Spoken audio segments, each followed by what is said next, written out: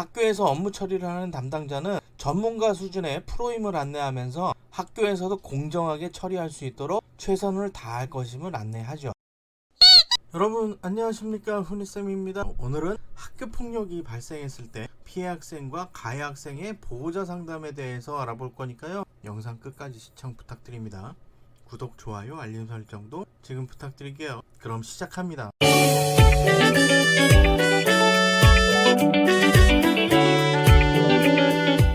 제가 학생부장을 한 지도 벌써 5년째 되었는데요. 학교폭력자치위원회 시절부터 학교폭력대책심의위원회, 저희 아이 학교의 학교폭력대책자치위원회 학부모위원으로도 활동을 했었고, 다양한 유형의 학교폭력 사안을 확인을 했어요. 그리고 초중고등학교의 학교폭력 양상도 제가 위원으로 활동하면서 이제 확인을 할 수 있었고, 유형에 다소 차이가 있지만 학부모님들 반응이 유사하기는 해요. 단 학교 급 간의 차이를 보이는 것들이 있는데, 고등학교로 올라갈수록 학생들도 성숙해지고요, 학부모님들도 다양한 대처 방법을 보이기도 합니다. 학교 폭력이 발생한 경우에 학부모님과 상담하기 어려운 상황이 많습니다. 피해 학생 학부모, 가해 학생 학부모 모두 자녀가 학교 폭력의 당사자가 되었다는 사실에 놀라거나 흥분하는 경우가 많습니다. 학부모님과 차분히 이야기하면서 공감하고 이해하면서 이야기를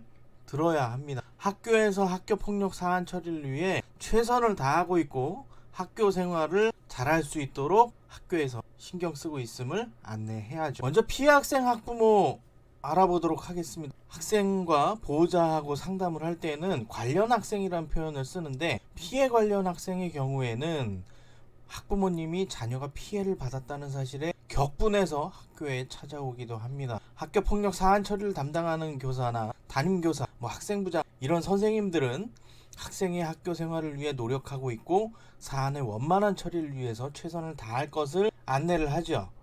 학교폭력 사안의 재발을 방지하고 해결책을 제시합니다. 필요하다면 전문가의 상담이나 치료를 받을 수 있도록 위클래스나 위센터 등에 의뢰해서 진행하기도 한다는 사실을 안내를 하게 되죠. 다음은 가해 관련 학생 학부모와 상담하는 방법 알아보겠습니다. 가해 관련 학생들 학부모의 경우도 굉장히 화가 나서 오시는 경우들이 많습니다. 자신의 아이가 학교폭력 가해로 접수돼서 학교생활 기록부에 해당 내용이 기재된다는 생각만으로도 학교의 담당자들을 힘들게 하기도 하고요, 교감선생님, 교장선생님 찾아가지고 따지시는 분들도 계십니다.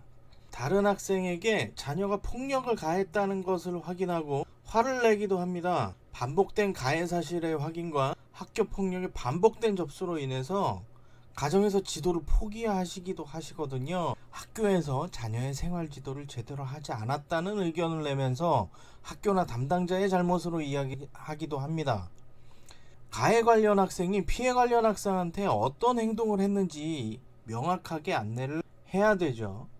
정확하지 않거나 확인되지 않은 정보를 이야기했을 때 학교에서 사실관계 확인을 정확히 하지 않았다는 민원을 받을 수도 있습니다. 다음은 사안의 접수 단계에서 처리 방법 알아보도록 할게요. 학교폭력 사안이 접수돼서 학생 확인서나 학부모 확인서를 함께 접수합니다. 피해 학생과 가해 학생 모두에게 확인을 하죠. 필요하다면 목격 학생에게도 확인서를 받습니다. 객관적 사실을 확인하기 위해서죠. 피해 관련 학생한테는 학교폭력을 접수하면서 분리 확인서를 받습니다. 학교폭력 접수일부터 3일간 진행될 수 있고요, 휴일을 포함합니다. 다만 피해 관련 학생이 원하는 경우에 진행이 가능하고 원하지 않으면 진행하지 않습니다. 분리조치 외에도 피해 학생과 가해 학생 모두 학교장 긴급조치를 진행할 수 있습니다. 이 조치는 학폭위가 열리기 전에 진행하는 학교장의 선조치예요. 피해 학생의 심리적 안정과 가해 학생의 선도 조치를 하기 위함이죠. 학교에서는 교육적 조치로 안정적인 학교 생활을 할 수 있도록 노력하기 위한 제도입니다. 피해 학생의 긴급조치는 학폭위에 보고하고 가해 학생의 긴급조치는 학폭위에서 추인할지 하지 않을지를 결정해서 진행합니다. 다음은 상담의 주된 내용을 확인해 보도록 할게요. 학교폭력이 접수되고 처리할 때 학부모와 교사의 상담이 매우 중요합니다. 사안 처리의 전 과정에서 보호자와 교사의 협조가 있어야 원활한 진행이 가능하거든요. 피해 관련 학생 학부모와 가해 관련 학생 학부모 모두에게 학교 폭력 사안의 정확한 확인과 인식을 할 수 있도록 안내를 합니다. 학교에서 업무 처리를 하는 담당자는 전문가 수준의 프로임을 안내하면서 학교에서도 공정하게 처리할 수 있도록 최선을 다할 것임을 안내하죠. 학교 폭력 처리 절차와 방법에 관한 흐름을 설명합니다.